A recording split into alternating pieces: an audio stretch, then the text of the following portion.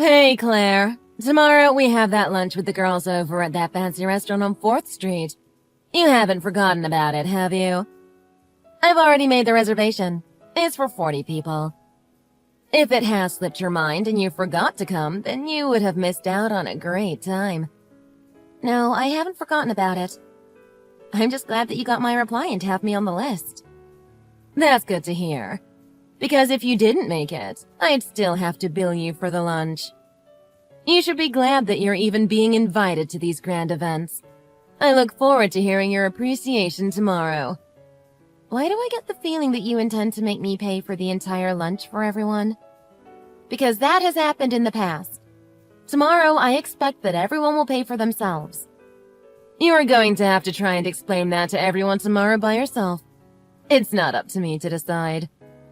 How do you think the other 39 members of the party will appreciate your stinginess? Stinginess?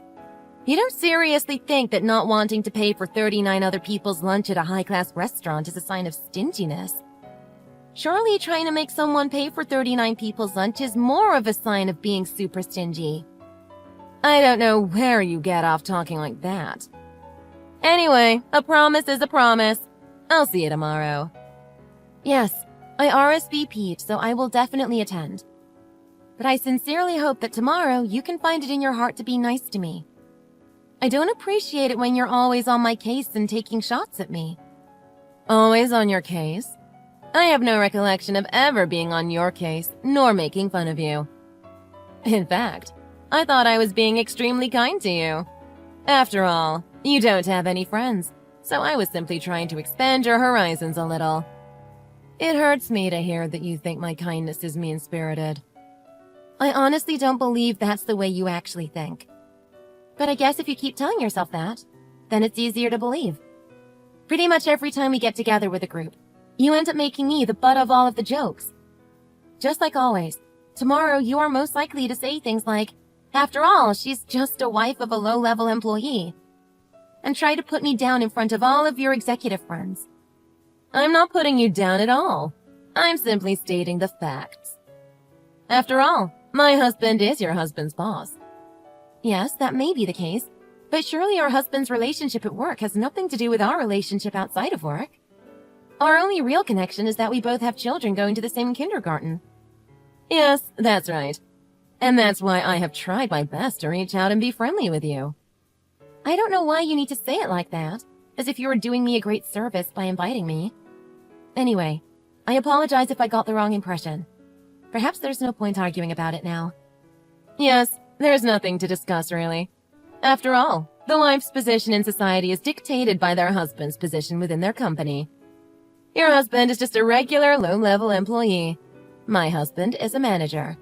So therefore, I rank higher than you. You will never be able to do any better. Hence, your position in society has been set. Women's position is decided by their husband's position? What is this, the 1800s? That certainly is a strange position to take in this day and age. And the way you say it so unashamedly, too. So, what you're saying is you're only existing because of your husband? Don't you think that's a little bit of a sad position to take? Oh, come on. Get off your high horse and accept the cards that have been dealt to you. Anyway, forget about all that. I'm really looking forward to tomorrow. Let's put on a happy face and have a good time. Okay, sure.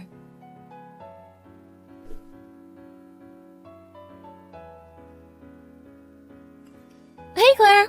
I just heard that you're coming to the lunch tomorrow. Is that true? Yes, that's right. Sarah invited me a few days ago, and she was so persistent that I attend that I gave in and said okay. I really don't want to go, but I've already committed. You know I don't like to break promises. You know what's gonna happen, don't you?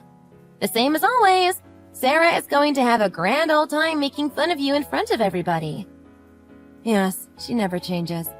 I know I can put her in her place if it gets too out of hand. You should! You so should! The sooner you let her know the truth, the better it will be for you. I can't wait to see the look on her face when she learns the truth. Please make sure that I'm in the room when it happens. Please? Yes, I can imagine it too. But I'm not a big fan of cutting people down.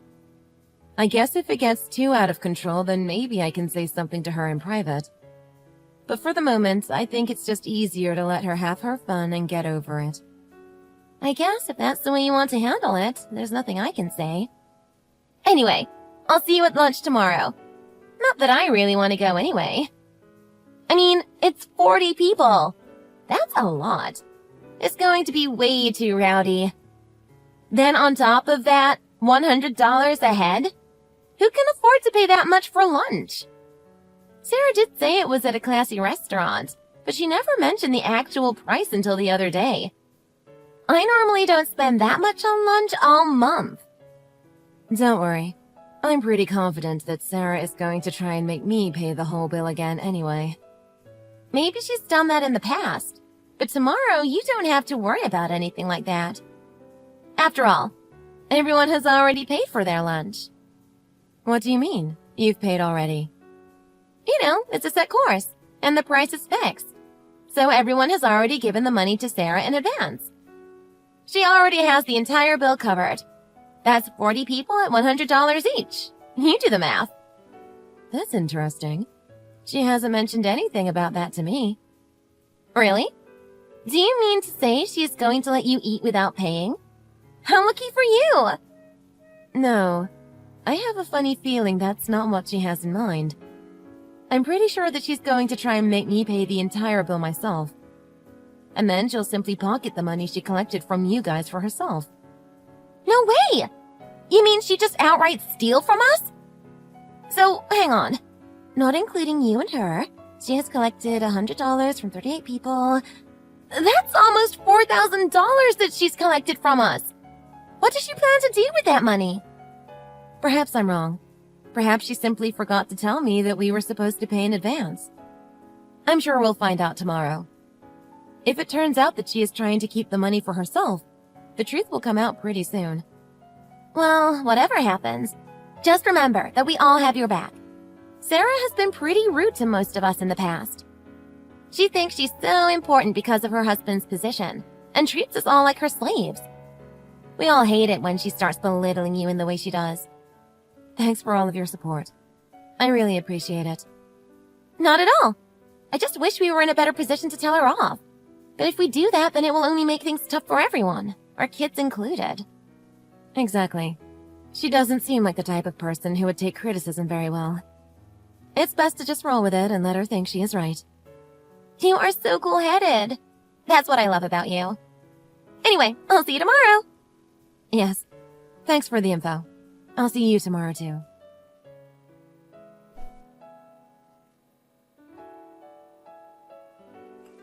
Well, that was so good. I mean, the French restaurants that I usually eat at are pretty good too, but today was just exceptional. Not that you would know anything about good quality, would you, Claire?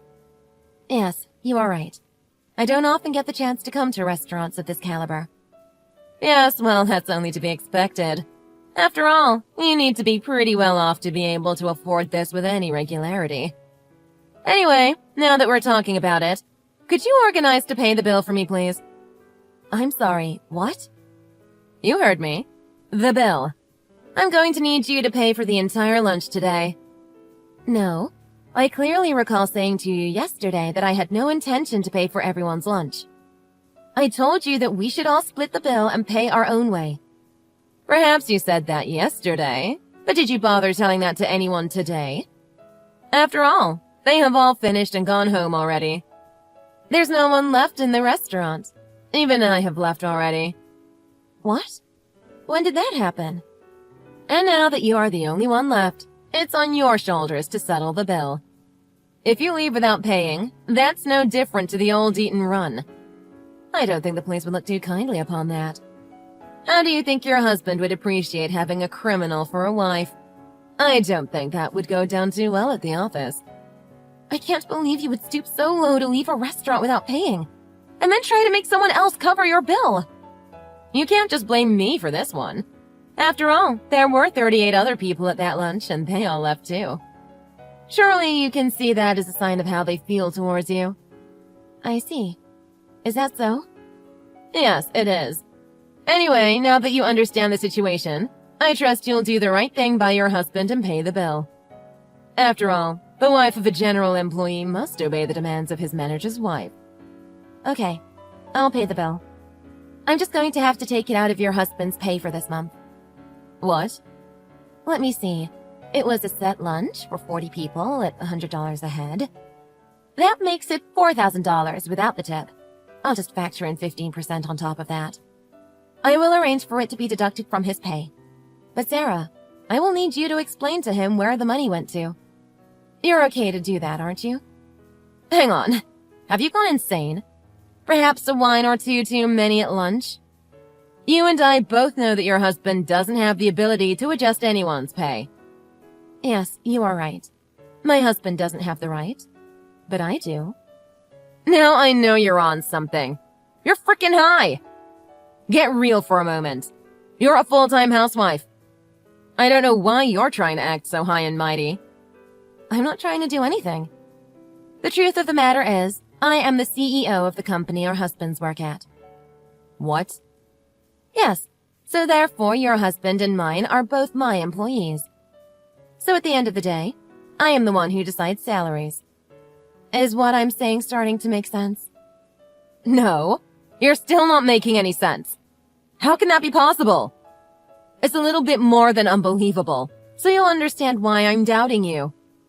Yes, I do understand why you would have your doubts. Hang on a moment, and I will send you some proof.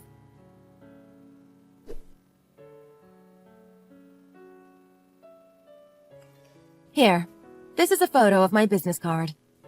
What? This can't be real. Surely you just photoshopped this as a joke? No, it's the real thing. I'm just on extended maternity leave for the moment. The vice president has been sitting in my office whilst I've been absent. I must say, he's been doing a pretty good job. I'm pretty sure that your husband is aware of the situation. After all, he's been there for quite a while. Perhaps you would better check with him when you see him tonight. Well, let me think. So if this is true, you are Gary's company president? Is that what you're saying? Yes, that is correct. In fact, I already contacted him about the reduction in pay for this month. You didn't? Let's just say he wasn't very impressed. He didn't really know what to say, though. Firstly, he was rather surprised that his own CEO had children attending the same kindergarten as his own children. Hang on. That has nothing to do with it. It would appear that you lead a very different, more subdued lifestyle at home, don't you? He was very surprised to hear how you act when you're off the leash and free to roam. No? What else have you been telling him? What else did he say? He didn't say anything about separation or divorce, did he?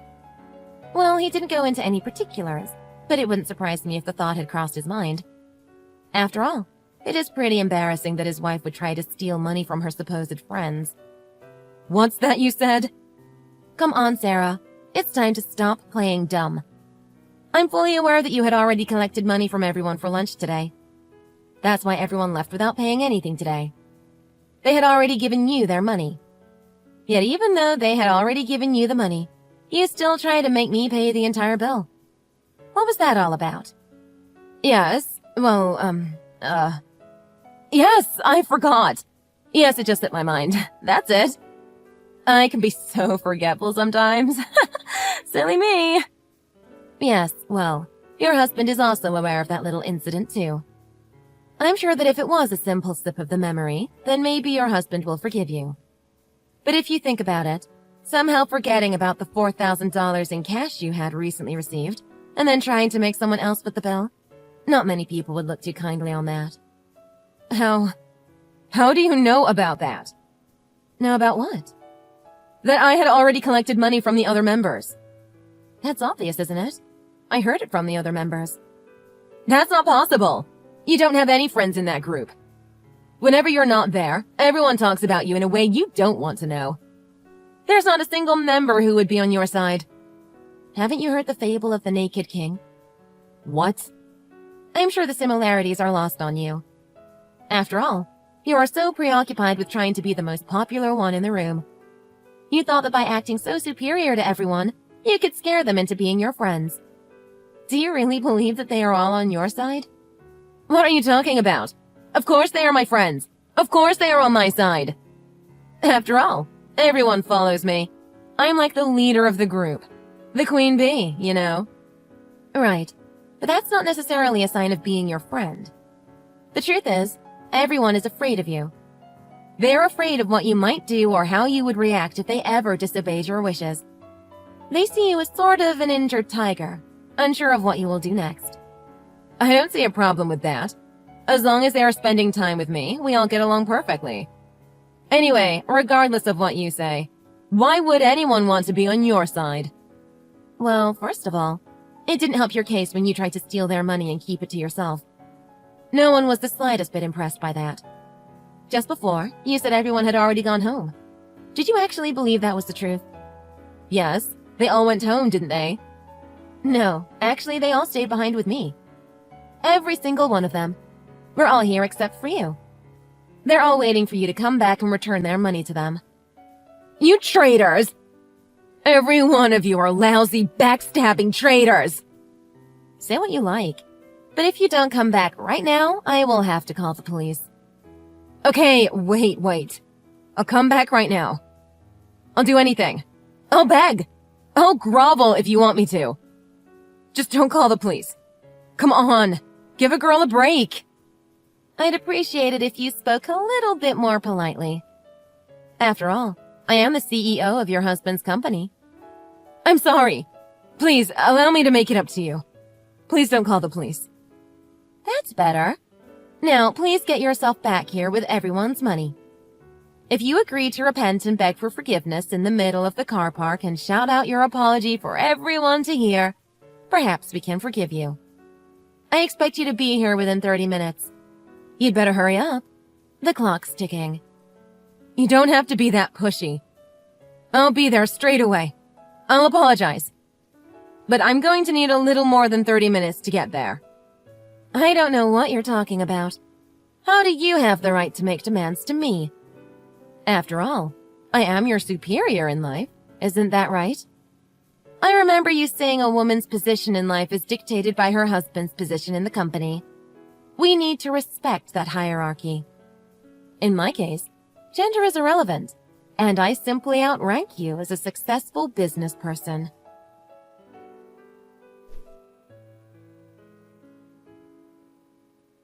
Sarah was able to get back to the restaurant in 28 minutes. Immediately, she was on her knees crying and begging for our forgiveness. We could tell she was sincerely apologetic. I guess it is important to her to keep her social status high, and really wanted to be forgiven. She was able to return the $100 to every member. But it turns out that she had already spent the money she had collected previously. She had to stop by the bank and take out a loan to pay everyone back. That's why she needed some more time. As for her husband, it turns out this was the straw that broke the camel's back, and he decided to file for divorce. He even got custody of his daughter, after citing numerous ways Sarah was manipulative and neglectful in her child rearing. After the divorce, Sarah was unable to curb her spending habits and kept racking up large amounts of debt. In the end, without any means to repay the money, she simply left town and disappeared. I guess, after all, she finally realized that she had burnt all of her bridges in town. And with no one left to turn to, the best thing to do was to try starting a new life somewhere far away. Since she left town, our circle of kindergarten friends actually enjoy having our regular get-togethers. Of course, we all pay for our own lunch.